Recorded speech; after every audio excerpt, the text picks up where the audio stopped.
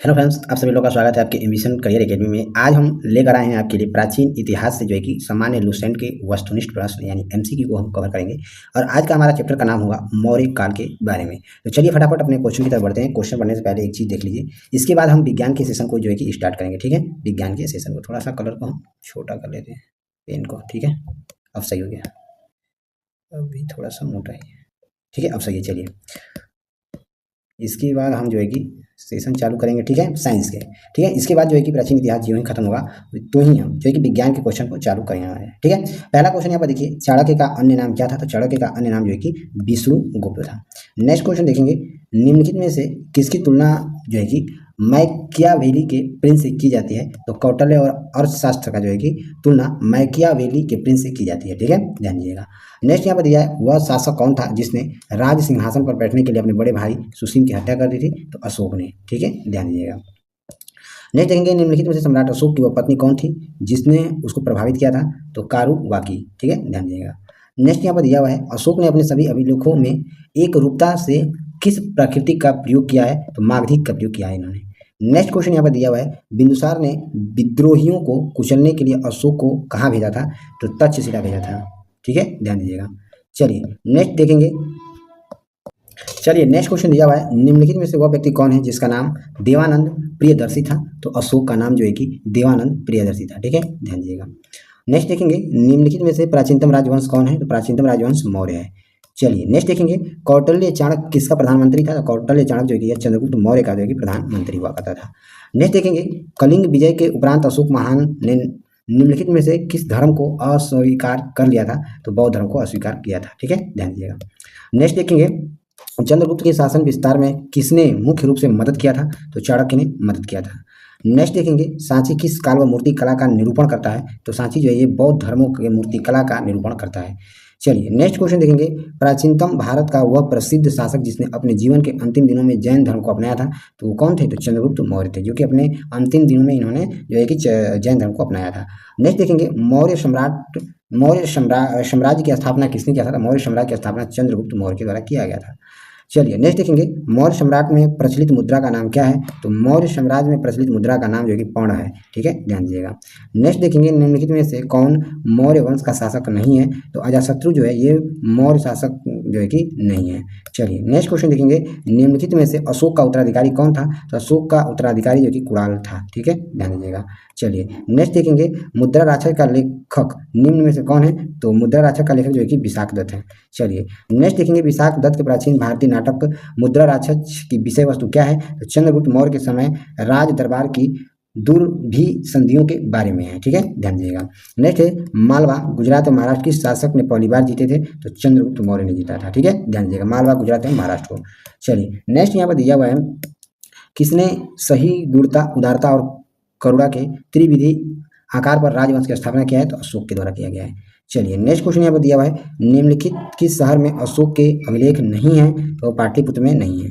चलिए नेक्स्ट देखेंगे, अर्थशास्त्र का लेखक समकालीन था कौन? तो चंद्रगुप्त का था। ठीक है, ध्यान दीजिएगा। नेक्स्ट है, नंद वंश के पश्चात मगध पर किस राजवंश ने शासन किया था? तो मौर्य वंश ने शासन किया था। ठीक है, नेक्स्ट देखेंगे, मौर्य काल में शिक्षा का सर्वाधिक प्रसिद्ध केंद्र क्या हुआ करता था? तो मौर्य कालीन में शिक्षा का सर्वाधिक प्रसिद्ध केंद्र जो है कि तक्षशिला हुआ करता था। ठीक है, ध्यान दीजिएगा। नेक्स्ट देखेंगे, मेगास्थनीज की पुस्तक का नाम क्या है? तो मेगास्थनीज की पुस्तक का नाम जो है कि इंडिका है। चलिए नेक्स्ट देखेंगे, जिसके ग्रंथ में चंद्रगुप्त मौर्य का विशिष्ट रूप से वर्णन हुआ है वह क्या कहलाता है? तो वह विशाखदत्त कहलाता है। चलिए नेक्स्ट देखेंगे, वह स्रोत जिसके पाटलिपुत्र के प्रशासन का वर्णन उपलब्ध है वह क्या कहलाता है? वह इंडिका कहलाता है। चलिए नेक्स्ट देखेंगे, अशोक के शिलालेख प्रयुक्त भाषा कौन सा है? तो प्राकृतिक भाषा है। ठीक है, ध्यान दीजिएगा, जितने भी अशोक के शिलालेख लिखे हैं ये प्राकृतिक भाषा में लिखे गए हैं। नेक्स्ट देखेंगे, निम्नलिखित में से किस मौर्य राजा ने दक्कन की विजय प्राप्त किया था? तो चंद्रगुप्त ने जो है कि दक्कन पर विजय प्राप्त किया था। ठीक है, ध्यान दीजिएगा। नेक्स्ट देखेंगे, मेगास्थनीज ने भारतीय समाज को कितनी श्रेणियों में विभक्त किया है? इसका कमेंट में आंसर बताइए, थोड़ा सा फटाफट आंसर बताइए इसका। हम थोड़ा सा पानी पी लें।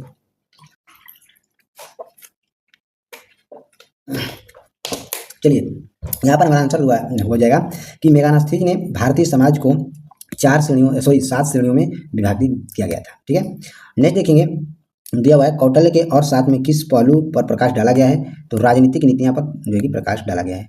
नेक्स्ट यहाँ पर दिया हुआ है, एक सेकेंड, चलिए नेक्स्ट दिया हुआ है, निम्नलिखित में से कौन सा क्षेत्र अशोक के साम्राज्य से सम्मिलित नहीं है? तो श्रीलंका जो है कि सम्मिलित नहीं है।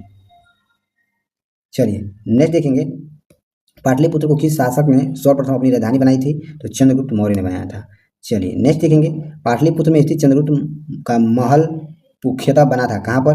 मतलब ये पूछ रहा है इसमें ना, सॉरी, पूछ रहा है कि पाटलिपुत्र में जो स्थित चंद्रगुप्त का महल था वो किस चीज़ का बना था? ईंटों का, पत्थर का, लकड़ी का, या मिट्टी का? तो यहाँ पर चंद्रगुप्त मौर्य का जो कि महल था वो लकड़ी का पूर्ण रूप से बना हुआ था। ठीक है, नेक्स्ट देखेंगे, बराबर बराबर गया जिला की गुफाओं उपयोग किसने आश्रय गृह के रूप में किया है?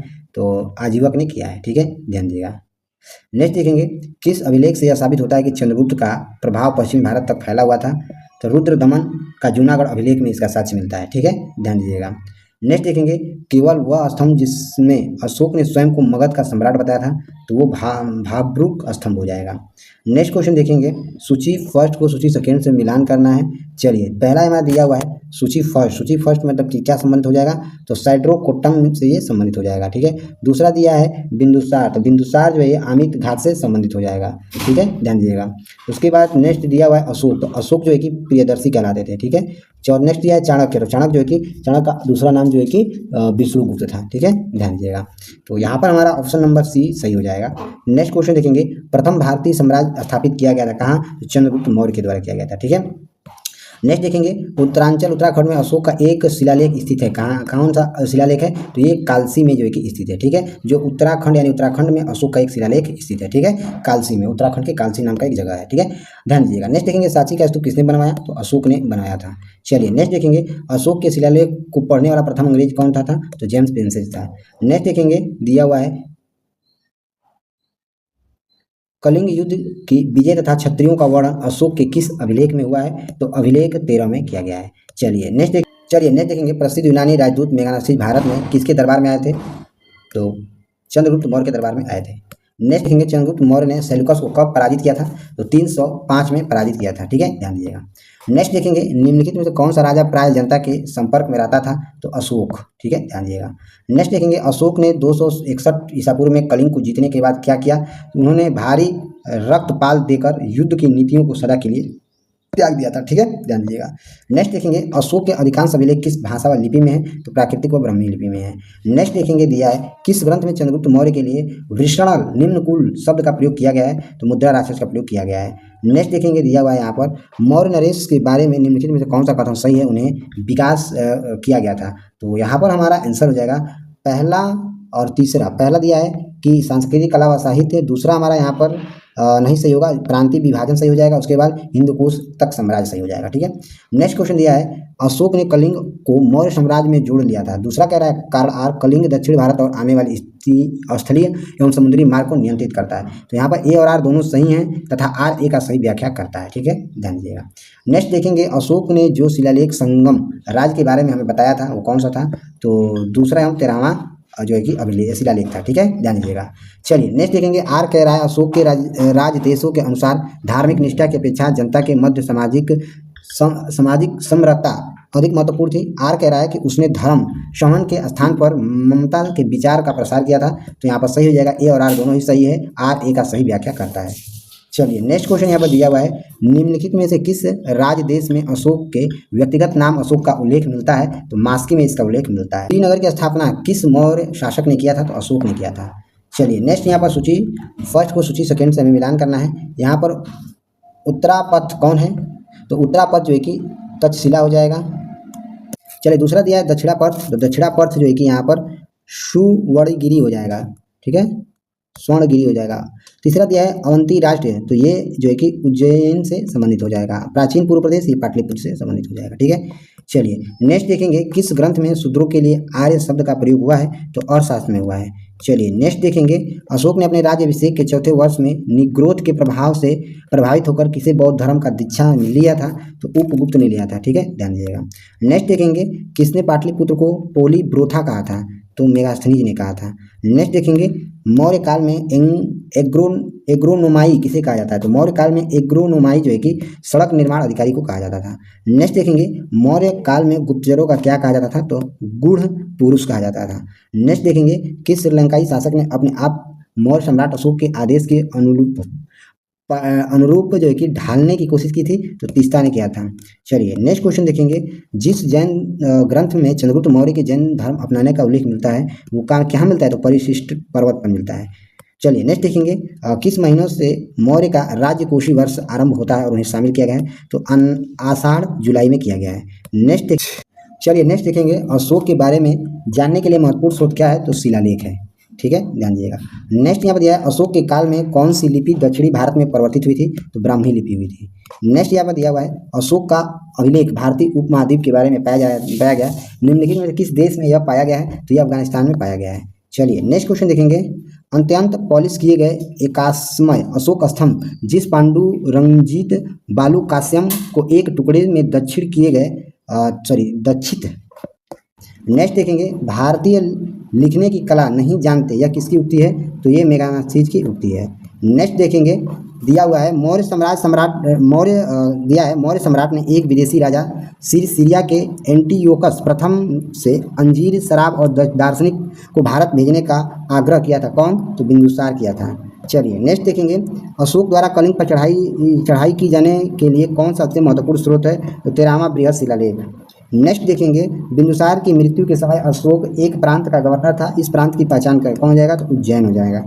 नेक्स्ट देखेंगे, किस तक्षशिला में अशोक ने घोषणा की कि सभी मनुष्य के बारे में बच्चे हैं, तो मनुष्य मेरे बच्चे हैं, पूछा था इसमें कि किस शिलालेख में अशोक ने घोषणा किया कि सभी मनुष्य मेरे बच्चे हैं, तो 5वां बृहद शिलालेख में इसका साक्ष्य मिला हुआ है।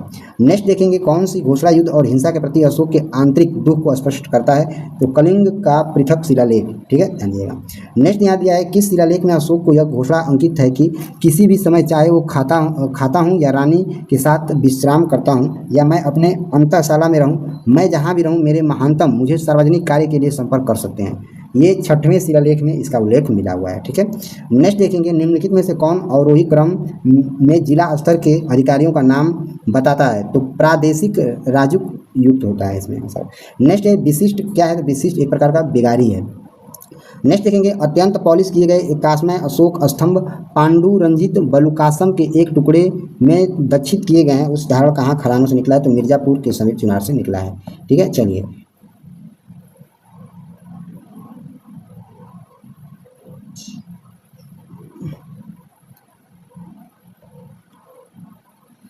सेम क्वेश्चन आ रहा है, अभी देखते हैं कहाँ तक है सेम क्वेश्चन। ये भी हम लोग पढ़ लिए हैं, ये भी हो गया 6वीं शताब्दी। हाँ आरोही क्रम है, हाँ चलिए यहाँ से शुरू हो जाएगा। निम्नलिखित में से कौन आरोही क्रम में जिला स्तर के अधिकारियों का नाम बताता है, तो प्रादेशिक राजूक युकुक बताता है। नेक्स्ट देखेंगे, विशिष्ट क्या है, तो विशिष्ट एक बेगारी है। ठीक है, ये भी हो ही चुका है। चलिए आगे क्वेश्चन यहाँ से दिया है, मौर्य काल में सीता से तात्पर्य क्या है, तो सीता से तात्पर्य जो है कि राज की भूमि से प्राप्त आय।